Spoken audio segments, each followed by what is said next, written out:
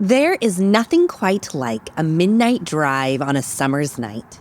Windows down, music blaring, Slurpees in the cup holders, and an endless road of possibilities before you. It was the first weekend of summer break, and college students Nicole and Jessica were speeding down the back roads of North Virginia in Jess's old 1999 Ford Escort ZX2. They had a full tank of gas and were ready for a night of frivolity and adventure. It had been a long and arduous week of finals, and now the girls were ready to unwind and be a little reckless. As the girls left the safety, security, and the streetlights of town, they were plunged into the dense tree line of the countryside. As the pair raced down Walney Road, they were startled to see a hitchhiker standing along the edge of the unlit road. He was dressed in blue jeans, a plaid top, and had his thumb upright in the universal sign of asking for a ride. "Whoa, watch out!" Nicole cautioned, as Jess swerved to the left to give the man some space. "Where the hell did he come from?" Jess frantically exclaimed. "Do you think he's okay?" "We are not stopping to find out." "No, obviously, but maybe his car is broken down or he had some type of emergency.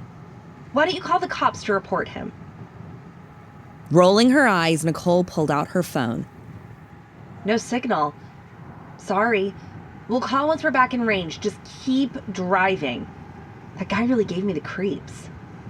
"It's just because it's late out." Jess dismissed. "Not really. It's because we're in the middle of nowhere, miles from anything. And I haven't seen a broken down car. Have you?" No. Jess had not seen any cars on the side of the road. With this, she put her foot down and accelerated. She'd feel better once they were back in cell range. However, not 10 minutes later, and more than 15 miles away from where the man had been. "On your right, careful!" There on the side of the road stood the same hitchhiker, in blue jeans and plaid, thumbing his way for a ride. "Nicole, how did he get down the road before we did?" "Just keep driving, Jess. Do not stop." All of a sudden, there he was again. For a third time, he stood blank-faced, hitchhiking down Walney Road. "Nicole, please tell me there's service. We need to call the police." "None yet. Just step on it, girl. We've got to get out of here." As if on cue, the car's radio turned on by itself. The windows began to open and close, and the steering was erratic. It was as if the car was possessed. Suddenly, the car felt icy cold, and the smell of leaves, grass, and blood emitted from the back seat. There sat the hitchhiker himself, covered in blood and grinning at the girls. The pair screamed in horror as Jessica overcorrected to the left, flipping the car and rolling it directly into a large oak tree. As the girls drew their last breaths, the hitchhiker whispered to them, "You should have offered me a ride." Legend has it that the Walney Road hitchhiker was once a victim of a hit-and-run incident himself. Now, on dark, moonless nights, he can be seen waiting on the side of the long, lonely stretch of road. If a motorist pulls over and offers him a ride, he declines and disappears. If the driver ignores him, he gives them 2 more chances to stop. However, after the third attempt, he is no longer in the road, but rather appears as a passenger in the car, moments before the car suffers a terrible and tragic accident.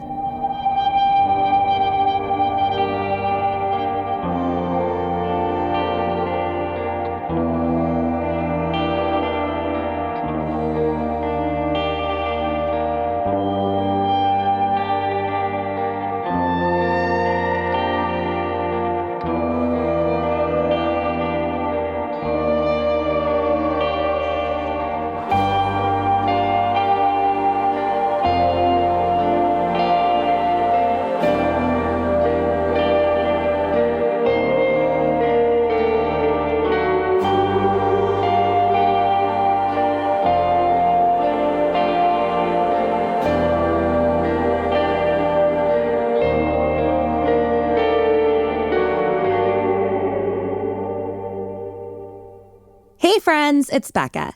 For the past 3 years, the West London Witch team have been dedicated to bringing you the best supernatural stories at the highest studio quality.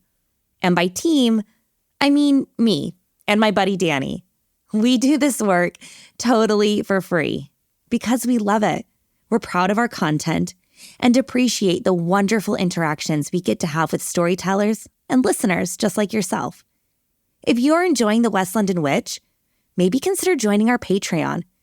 It's a way to further engage with us and show your support for two creatives. If you're in a position to spare enough each month for us to grab a cup of coffee in between edits or add to the piggy bank for a new microphone, we would love to see you in our Patreon community. But I know times are tough, so if you're not in a position to join Patreon right now, that's okay. We aren't going anywhere. Head on over to patreon.com/The West London Witch. For as little as £1, $1, €1 a month, you can gain full access to our coven, a space where we share behind-the-scenes stories, dive deeper into each episode, answer your questions, and have special little treats to thank you for sharing your love and kindness with your favorite little witch. Hello and welcome to episode 69 of The West London Witch, a podcast where we share stories about those moments where we find ourselves very much not alone. Today's episode is all about urban legends and the intersection of tall tales and real life. Some say urban legends are just that, legends. However, these stories do not auto-generate. They are based off of very real events and experiences. While completing her master's at the University of Maryland, Rosie Grant began a journey of recreating recipes found on gravestones from all over the United States. What began as a grad school project turned into a social media sensation. Rosie's TikTok and Instagram Ghostly Archives have been featured on everything from the New York Times to The Guardian, as she tours the U.S.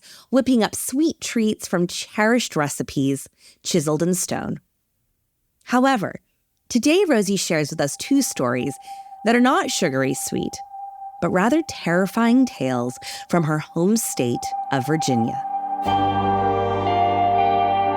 I'm Rebecca Strazina, and this is The West London Witch, episode 69, Not So Urban Legends. Hi, I'm Rosie, and I'm so excited to be telling this story. I'm from Northern Virginia in the U.S. and kind of in the Washington, D.C. area. And I grew up in Virginia. My parents are both ghost tour guides. And so I often went into cemeteries as a kid.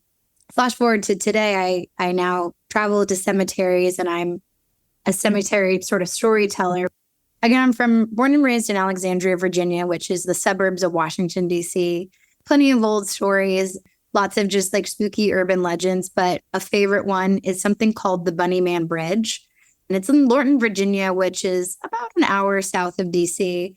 And it's in, considering how close to the city is, it's still fairly like rural. There's like, farmlands and like big yards and like lots of like kind of sprawling trees and that sort of thing. But Lorton is known for having a fairly large prison in that area. Now, I want to say it was like in the early 1920s, there were two inmates who escaped from that prison. And they were walking along this train together as they were, fleeing the area, and allegedly one killed the other and left his body at this bridge. And so when law enforcement and like prison guards came out trying to find these two, they found the body of the one guy, but they never found the second guy. And that was sort of just that. They assumed that he fled the area. Like any good urban legend, there are hundreds of retellings of the Bunny Man Bridge story. Each variation differs slightly from one another, but the core facts remain the same.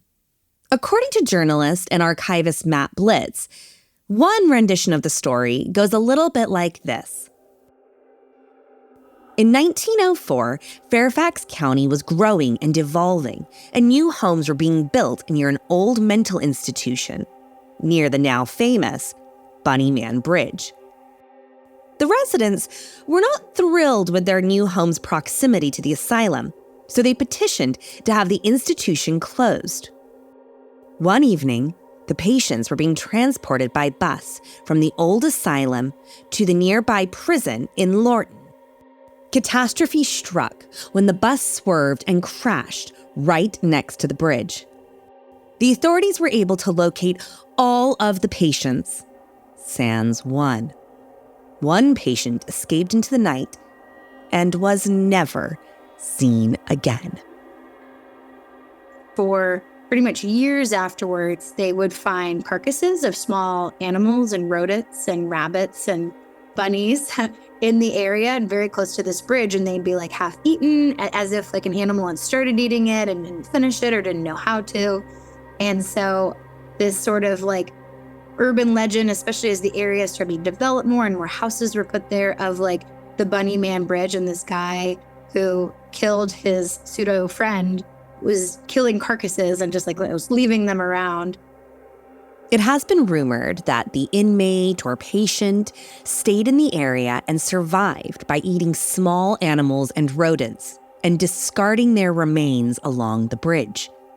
It is also rumored that the Bunnyman's appetite may have altered over time.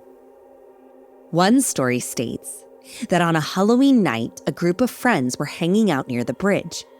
As they sat chatting, eating candy, and goofing off, they were all of a sudden blinded by a bright flash of light. The next day, the children were found, strung up from the bridge like slaughtered rabbits. Their abdomens had been ripped open, intestines spilling out of their bodies like a warped and twisted field dressing from hell. Legend has it that if you find yourself at Bunnyman Bridge on Halloween night, you too will be strung up and left to die. So flash forward to about the 80s, a bunch of new houses had developed right by the bridge. It was a brand new housing development. And so they had a security guard who would just like do the rounds at night. And one of the nights he hears this chopping noise. And so he goes around the corner of one of the houses and he sees a man in a full rabbit outfit, like hacking like aggressively at one of the doors. He has this small hatchet and he's just going crazy, like trying to get into one of these houses. And the guard goes like, "Stop, what are you doing?" And the person in like an adult, full man in a bunny rabbit outfit turns around, throws his hatchet at him, and then runs into the woods.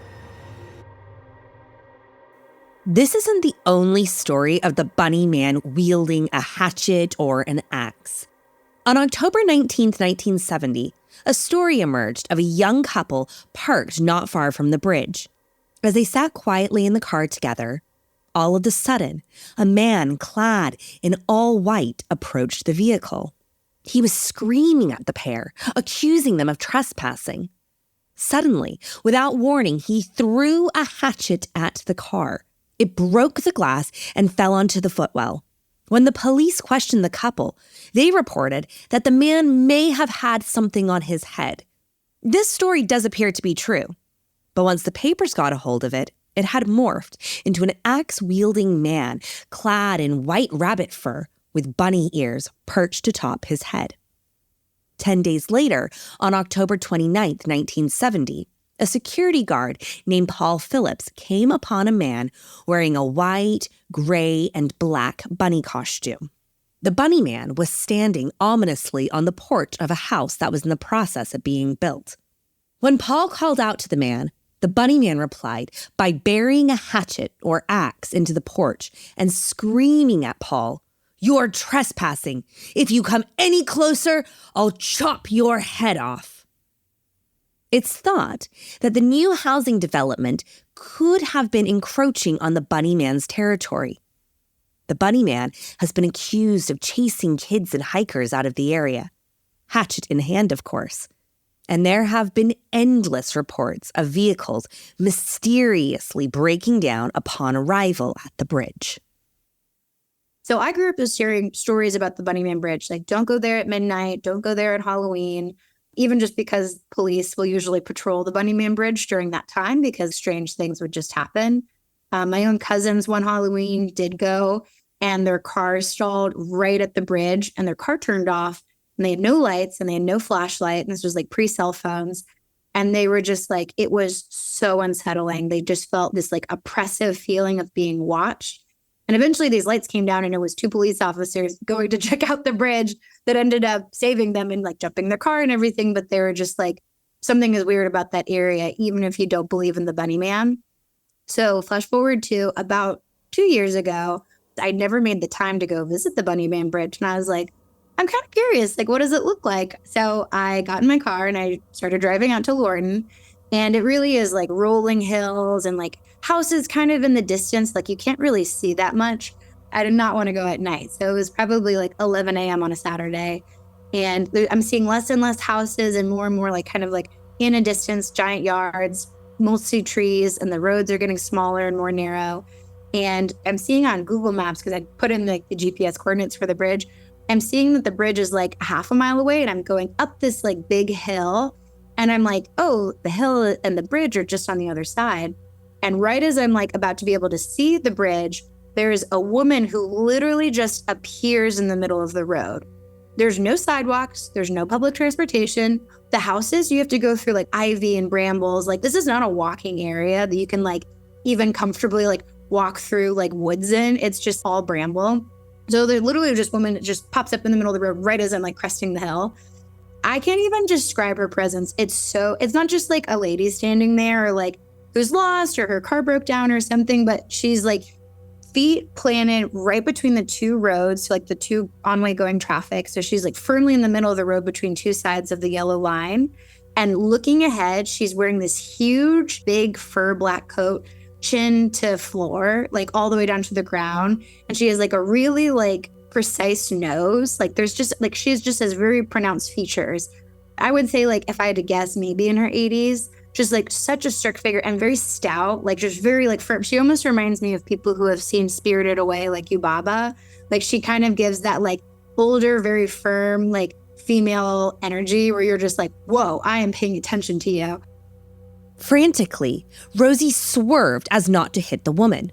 No longer was she interested in the bridge. She was desperate to catch another glimpse of this peculiar lady, shrouded in black fur, standing firmly in the center of the road. And I like literally stopped my car right as the bridge comes into view. And at this point, I don't even care about the bridge. There's a crazy, unusual person standing in the middle of the road. And so I keep driving. I get to the bridge. I fully just turn around in it. Like the bridge is not interesting to me anymore. I'm like, who's that lady? And literally it probably is about a 15-second for me to get to the bridge, turn around and start to go back up the hill. And this woman is gone. But where could she have disappeared to? There was no way she could have clambered through the hedgerow or outran Rosie's car. And in an outfit like that, she wasn't going to be able to hide. She's wearing like such an elaborate outfit. You know, like where did she, like she's not standing to the side of the road. I fully drive back over the road. I drive further down. She's not in the woods on either side. There's no way that you could just walk in this area. And then I re-loop back around and then drive back to the bridge to be like, who the heck was that? When I had first passed her, I had slowed down to not hit her, but I'm looking at her in my mirror and she doesn't turn to face me like as if she was like trying to wave me down or something. Her body language stays looking forward as if she'd been looking for someone, but her head turns to follow me. So I just see the profile of her head, literally just her head turning to follow me. That's it. That was the only encounter I had with her. She was just gone after that.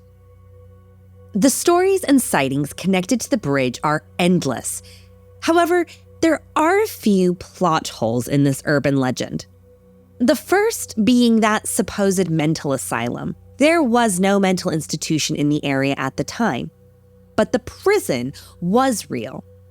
Also, cars in the United States only really became popular after the Ford Model T in 1908. However, buses really only took off in the 1950s. It is highly unlikely that a group of patients were being transported by bus in 1904. Also, the main reports of an axe-toting bunny man didn't come into being until the 1970s, 66 years after the supposed bus crash. That would be one elderly bunny man. All that being said, urban legends rarely spawn from nothingness. As they say, there is a kernel of truth at the heart of every seemingly outlandish story. The Bunnyman Bridge is a hotspot for paranormal investigators and legend seekers. Hundreds of people pour into Lorton every Halloween season in hopes of catching their very own glimpse of the Bunnyman. Rosie's next encounter with an urban legend in the flesh takes us deep into the woods on a girls' camping weekend. And this is a West Virginia story. So West Virginia, known for plenty of like cryptids and good spooky urban legends and that sort of thing. And the Mothman basically was an urban legend that got started in the 1900s. And basically there was like all in like a few nights, all of these sightings of this giant winged person, like almost like a Batman type, who was just like flying over this town, Point Pleasant in West Virginia. Between November 15th, 1966 through December 15th, 1967, a rash of Mothman sightings took place in Point Pleasant, West Virginia. Mothman took over the news with headlines such as "Couple sees man-sized bird," "Creature," "Something," and 8 people say they saw creature. It all began one autumnal November night in 1966, when a pair of couples driving through the woods claimed that they saw a 7-foot-tall, slender yet muscular man with white wings and red glowing eyes standing on the side of the road.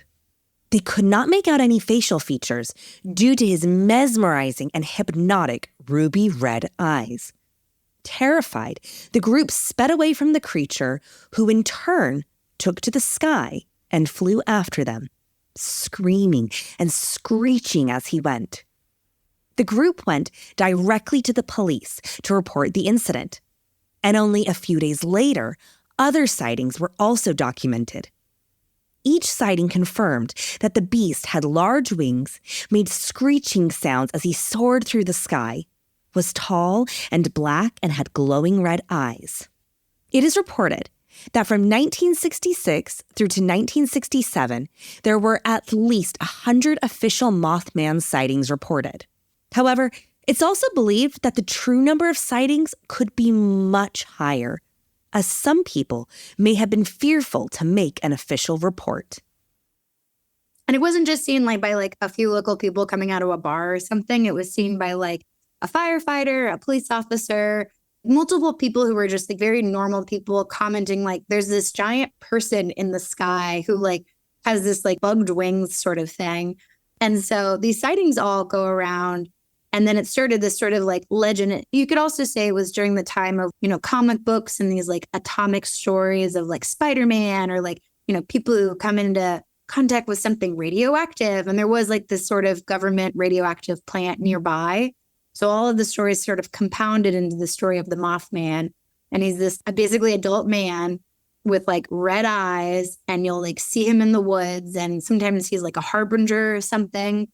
Years later, unfortunately, a bridge collapsed near this town and several people died, and people even blamed Mothman for it. For decades, Mothman has been used as a cautionary tale. Teens are told not to park up in the woods on dates, or Mothman will get them. Don't litter, or Mothman will hunt you down. You better not stay out past curfew, or Mothman will be waiting for you. To me, growing up, my dad told me about Mothmans. Basically just this idea of this like creature out at night, and he'd be drawn to the light. And so he'd be like, you have to turn off the lights at night or Mothman will come out. And so I would get so scared as a little kid, just thinking of these like glowing red eyes of like this adult figure hovering outside of my bedroom if I kept my lights on. Like all good boogeyman stories, there comes a day when you stop fearing the monster under the bed. Mothman no longer haunted Rosie. That is, until 2019. Some girlfriends of mine wanted to go camping, and we decided to go camping down in West Virginia. And we go very close to Point Pleasant, and there's 4 of us. And so the 4 of us just decide, we'll go camping in this spot. we'll go whitewater rafting and just like have like a fun weekend. And the weekend that we happened to pick was a little bit of a cold weekend. So we were the only people at our campsite. And we were told this like multiple times. So basically we went whitewater rafting and our tour guide was like, oh, you guys are the girls at campsite 12. And we were like, yeah. And then we later go into town and someone else mentions like, oh, you're the girls at campsite 12. And we're like, that's kind of weird that you guys would know that, but okay. And so the very first night was lovely. Like we, settle down, we make a fire, we're cooking food on it. We're like, our tents are set up and all of that. It's a really pretty night. And at some point, all the girls go to the bathroom except for me. And the bathroom is like a 20-minute walk into the woods. They have like regular, outhouse sort of thing. And when they were all gone and like the campfire was in like full form, it was beautiful. I started hearing this like clicking sound and it's like almost like teeth chattering. Rosie is a seasoned camper. This sound, however, was unlike any insect, bird, or animal she had ever experienced. And so, in any case, we go to sleep.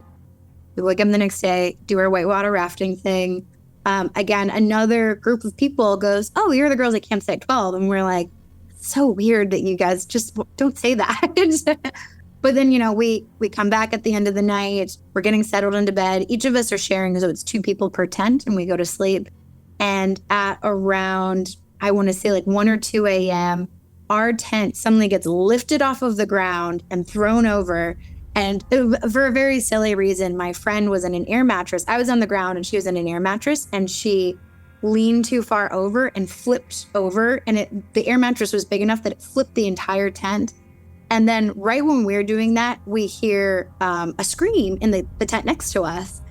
The chaos was comical. Tents upside down, belongings, bed linens, and limbs all in a tangle, girls screaming. It was quite a sight. And my friend just goes, oh, I'm so sorry. I think I just woke us up. My air mattress, deflated. So she gets up and she walks to the bathroom to reinflate it. And then the other 2 girls they get up, they run out of their tents and they're like talking really quickly. And I can't hear what they're saying, but they eventually, like I hear one of them going, I saw him. Like, I think I just had a really bad dream that there was someone trying to open our tent. Like there was someone opening our tent. And we were like, no, it was just us. Like it was like our tent got disrupted. And so like, we must have caused this. And she goes, oh, okay, that's fine. Rosie's 3 friends all went to the restroom to have a little walk, settle down, and take a moment away from all of the pandemonium. Rosie, however, stayed behind to right the tent and try to get back to sleep. All of a sudden, I hear that noise again, and it's the same. It's just one bug and this clicking noise. And again, it's just like click, click, click, click, click, and it's making circles around both of our tents. And I don't hear anything else. I just hear the chattering, and it's fully right next to our tents. Like if I was out of the tent with the light, I'm sure I would be able to see it. I was like, what the heck was that? And so eventually the girls come back. They must have been gone for maybe 30 minutes. And it was the longest 30 minutes of my life because I'm like, there is something walking around our tents. Like I'm by myself and there's something walking. It was like full presence on that. That like when you're like super fearful, like you have this heightened sensory feeling of like maybe fight or flight. And it was just the clicking, just fully circling, like making like an 8 between the 2 tents. So eventually the girls come back. We like try to get to sleep. And the next morning we get up and we're like packing our tents and we're like, this one girl had a bad dream and we flipped our tent. And she was like, no, guys, I seriously had the most realistic feeling dream right before y'all's tent flipped over. I dreamed that there was a guy who was opening up our tent and he had glowing red eyes and was just staring, like didn't do anything, but just was staring at us. Her tent mate was just super quiet. And it wasn't until we were in the safety of the car and about 2 hours north that she finally started talking. And she's like, I had the same dream last night. I had the exact same dream of someone with glowing red eyes opening up our tent, fully had that same dream. A pall fell over the group. Rosie began to make some startling and very unsettling connections. So 2 people who were staying in the same tent had the same thing. And I was pairing this with like, I was hearing the craziest noise of like something. So I never saw anything. I never heard anything. I never heard footsteps. I literally only heard this chattering noise. I don't know if that's Mothman. Some people were like, oh, it's just someone from the town trying to scare y'all. But either way, it was a very spooky story, and I've not gone camping in West Virginia since. There is no doubt that Virginia and the surrounding areas are rich with folklore and urban legends. From the Walney Road hitchhiker to Bunny Man and Mothman, the area is steeped in myths and mystery. It is, of course, easy to discount the likes of Bunny Man as wild talk instigated by teens, or Mothman as a large heron or crane. But what always gets me about these sightings is how many and how consistent the retellings are. It is also worth noting that these sightings occur in extremely rural and uninhabited places. If Mothman were to exist, it would be in the scantily populated, vast forests where there are ample hiding places and endless natural resources to sustain off of. We know for a fact that there are undiscovered creatures in the depths of the sea that we have yet to encounter. So, is it hubris or ego that closes us off from the possibility that there could be species on land yet to be discovered, studied, and categorized? There's also, of course, the paranormal connection. Some people believe these legends are connected to spirits or demons. And truly, who can say either way? However, it's worth remembering, just because you think you're all alone in the woods, that doesn't mean that you actually are.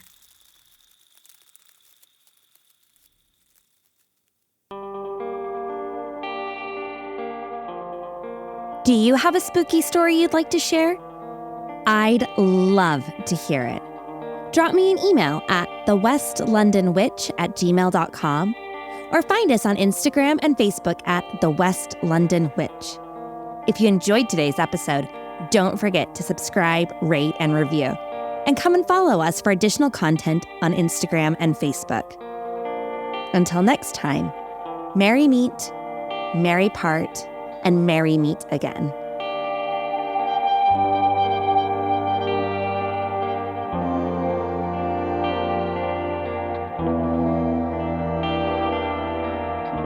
The West London Witch is created by me, Rebecca Strazina.